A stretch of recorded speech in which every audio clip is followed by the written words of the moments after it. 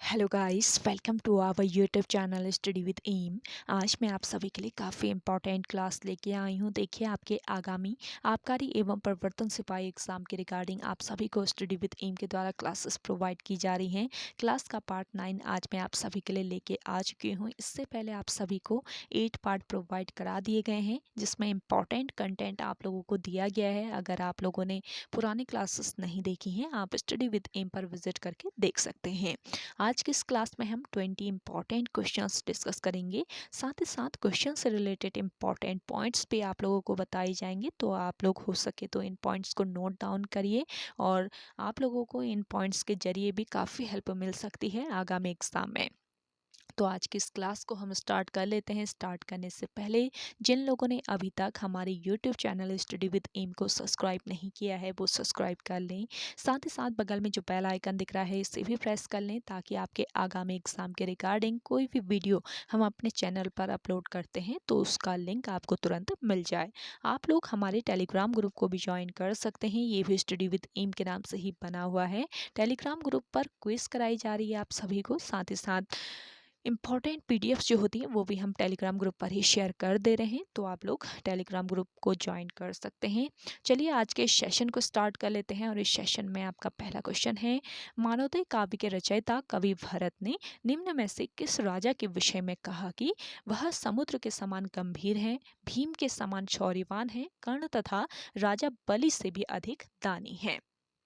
तो मानवोदय काव्य के रचयिता हैं कवि भरत। इन्होंने राजा मानशाह के विषय में कहा है कि वह समुद्र के समान गंभीर है, भीम के समान शौर्यवान है और कर्ण तथा राजा बलि से भी अधिक दानी है। तो ऑप्शन फर्स्ट यहाँ पे आपका बिल्कुल करेक्ट आंसर है। राजा मानशाह के शासनकाल की अगर मैं बात करती हूँ तो 1561 से लेकर 1611 तक इनका शासनकाल रहता है। मानशाह के शासनकाल में कुमाऊं के शासकों ने 7 बार असफल आक्रमण किया।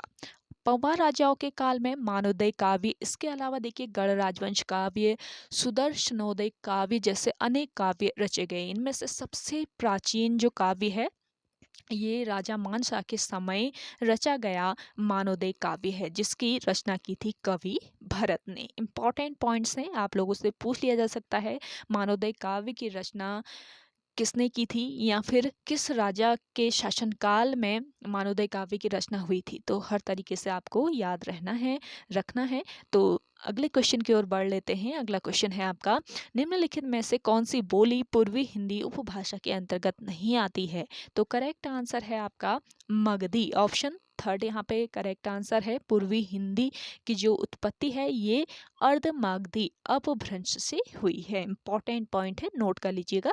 पूर्वी हिंदी की उत्पत्ति हुई है अर्धमागधी अपभ्रंश से।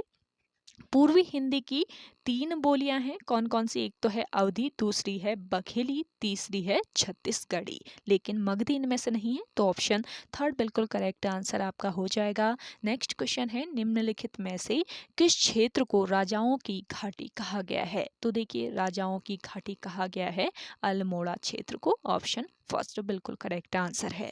नेक्स्ट क्वेश्चन देखेंगे, निम्नलिखित में से कौन सा चंद शासक मुगल शासकों से प्रभावित नहीं था। तो करेक्ट आंसर है भीष्मचंद। ऑप्शन सेकंड बिल्कुल राइट आंसर है भीष्मचंद। चंद वंश के 43वें राजा थे, ये आपको याद रखना है। 43वें शासक हुए ये चंद राजवंश के, और इनके शासन काल में एक महत्वपूर्ण घटना हुई थी। खवाशा खान द्वारा उत्तराखंड में शरण लेना, ये एक महत्वपूर्ण घटना थी इनके समय। अल्मोड़ा में जो खगमरा किला है, इसका निर्माण भीष्मचंद ने किया था, ये भी आपका महत्वपूर्ण पॉइंट है। अगला क्वेश्चन देखेंगे, संपूर्ण मुगल काल में गढ़वाल का एकमात्र मनसबदार था। संपूर्ण मुगल काल में गढ़वाल का एकमात्र मनसबदार बताना है तो मेदिनी शाह इस क्वेश्चन का करेक्ट आंसर है। नेक्स्ट क्वेश्चन है, प्रसिद्ध साहित्यकार शैलेश मटियानी का जन्म उत्तराखंड के किस जनपद में हुआ था। तो देखिए, प्रसिद्ध साहित्यकार हैं शैलेश मटियानी और इनका जन्म हुआ किस जनपद में? अल्मोड़ा जनपद में। ऑप्शन फोर्थ बिल्कुल करेक्ट आंसर है। शैलेश मटियानी का जन्म कब हुआ था? अक्टूबर 1930 को इनका जन्म अल्मोड़ा जनपद के बाड़ी छिना में हुआ था। इन्होंने देखिए विकल्प पत्रिका का प्रकाशन किया विकल्प नामक पत्रिका का प्रकाशन इन्होंने शुरू किया। इन्होंने विकल्प पत्रिका के साथ साथ विकल्प प्रकाशन आरंभ कर अपनी रचनाओं का स्वयं प्रकाशन किया। इसके अलावा सांस्कृतिक पत्रिका जनपक्ष का भी संपादन एवं प्रकाशन शैलेश मटियानी ने किया था। अगला क्वेश्चन है, निम्न में से कौन सा कथन सत्य नहीं है? तो यहाँ पे आपको 4 कथन दिए गए हैं। पहला कथन है, नीलांबर पंत पद्मश्री पाने वाले उत्तराखंड के प्रथम वैज्ञानिक है। ये कथन बिल्कुल सही है। दूसरा कथन है, सुंदरलाल बहुगुणा ने चिपको आंदोलन को विश्व स्तर तक ले गए। तो ये भी आपका सही कथन है। अगला कथन देखिएगा, मौलाराम चित्रशाला श्रीनगर में है। तो मौलाराम चित्रशाला है आपके श्रीनगर में, ये भी कथन बिल्कुल सही है। चौथा कथन है, भारत की पहली महिला रेफरी जूडो शालिनी शाह है। ये आपका गलत कथन हो जाएगा। भारत की पहली महिला रेफरी कौन है? अगर आपको आंसर आ रहा है आप कमेंट करके बताइएगा। फिलहाल इस क्वेश्चन का करेक्ट आंसर हो जाएगा ऑप्शन 4।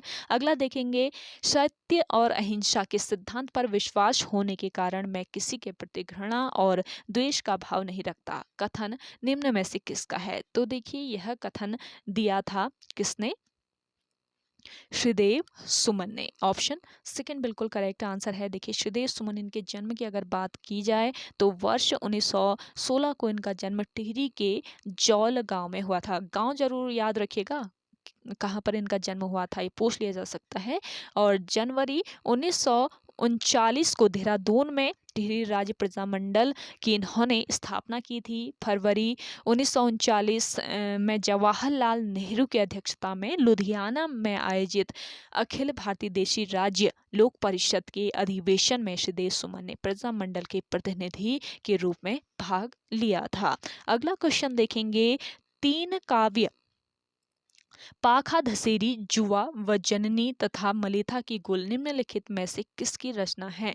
तो देखिए, ये रचना बतानी है किसकी है। तो करेक्ट आंसर है पंडित भोला दत्त देवरानी। ऑप्शन फर्स्ट यहाँ पे आपका करेक्ट आंसर है। अगला क्वेश्चन देखेंगे, कितला को नाग अर बिरला को बाग लोकोक्ति का अर्थ है। लोकोक्ति आपको यहाँ पे दी गई है और इसका अर्थ बताना है, क्या हो जाएगा?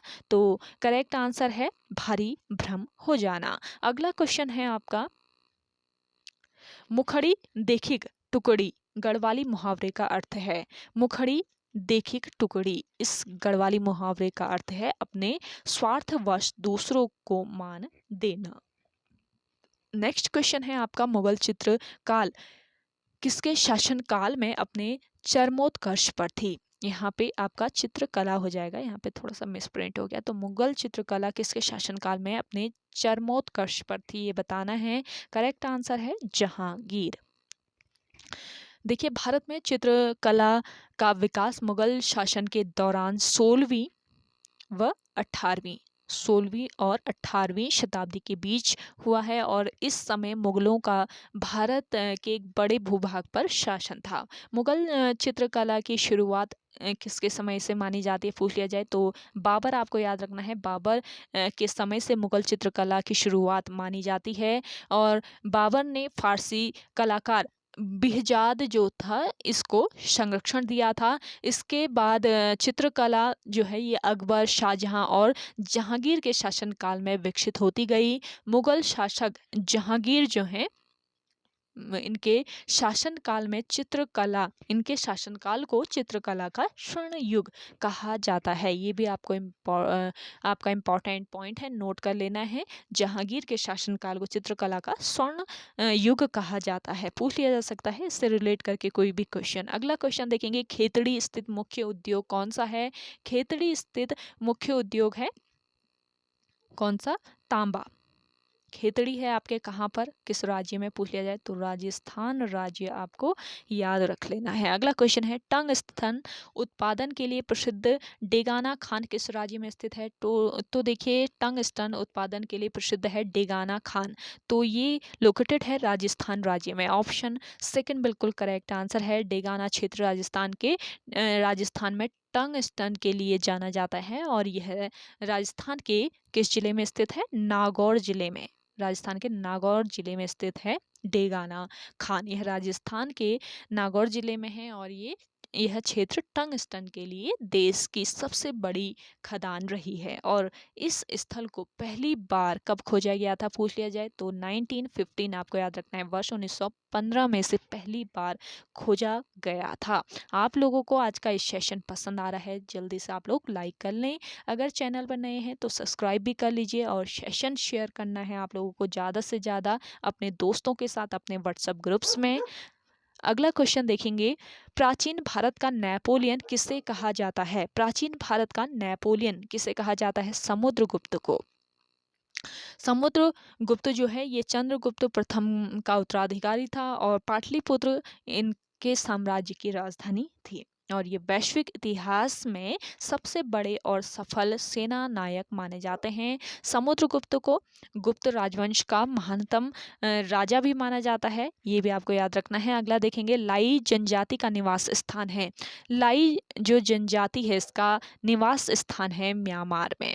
अगला क्वेश्चन देखेंगे, जेलेपला दर्रा कहाँ स्थित है? तो देखिए जेलेपला जो दर्रा है ये है पंजाब हिमालय में। ऑप्शन फर्स्ट बिल्कुल राइट आंसर है। जेलेपला हिमालय का एक पहाड़ी दर्रा है जो कि भारत के सिक्किम राज्य को, भारत के सिक्किम राज्य को दक्षिण तिब्बत में चुम्बी नामक घाटी को जोड़ता है। ये आपको याद रखना है। जेलेपला जो है हिमालय का एक पहाड़ी दर्रा है जो भारत के सिक्किम राज्य को दक्षिण तिब्बत में चुम्बी घाटी से जोड़ता है। अगला क्वेश्चन देख लेते हैं, नून माटी का तेल शोधक कारखाना अवस्थित है। नून माटी का तेल शोधक जो कारखाना है ये आपके असम राज्य में लोकेटेड है। नून माटी असम के कहाँ पर स्थित है? गुवाहाटी में। गुवाहाटी में ये स्थित है और यह पेट्रोलियम उद्योग के लिए प्रसिद्ध है। इस स्थान पर इंडियन ऑयल कंपनी द्वारा पहला तेल शोधन कारखाना शुरू किया गया था। अगला क्वेश्चन है, उत्तराखंड वन्य जीव संरक्षण प्रशिक्षण केंद्र कहाँ पर है? उत्तराखंड में वन्य जीव संरक्षण प्रशिक्षण जो केंद्र है ये है कहाँ पर? कालागढ़ में। तो ऑप्शन सेकंड बिल्कुल करेक्ट आंसर आपका हो जाएगा। बढ़ते हैं अगले क्वेश्चन की ओर। अगला क्वेश्चन है आपका, फ्रेडरिक स्मेटा द्वारा स्थापित तितलियों का संग्रहालय कहाँ पर स्थित है? तो फ्रेडरिक स्मेटा द्वारा स्थापित किया गया है तितलियों का संग्रहालय उत्तराखंड राज्य में। तो ये कहाँ पर स्थित है बताना है। 4 ऑप्शन दिए गए हैं आपको। करेक्ट जो आंसर है ये है भीमताल। भीमताल में है तितलियों का संग्रहालय जिसे फ्रेडरिक स्मेटा द्वारा स्थापित किया गया है। तो कि गाइस आज के सेशन में इतना ही। आई होप आप सभी को आज का ये सेशन काफ़ी पसंद आया होगा। अगर आप सभी को आज का ये सेशन पसंद आता है तो इस सेशन को लाइक कीजिए, शेयर कीजिए। जिन लोगों ने अभी भी हमारे YouTube channel study with M को सब्सक्राइब नहीं किया है वो सब्सक्राइब कर लीजिए। तो चलिए मिलते हैं एक नेक्स्ट इंटरेस्टिंग वीडियोज़ के साथ, तब तक के लिए धन्यवाद।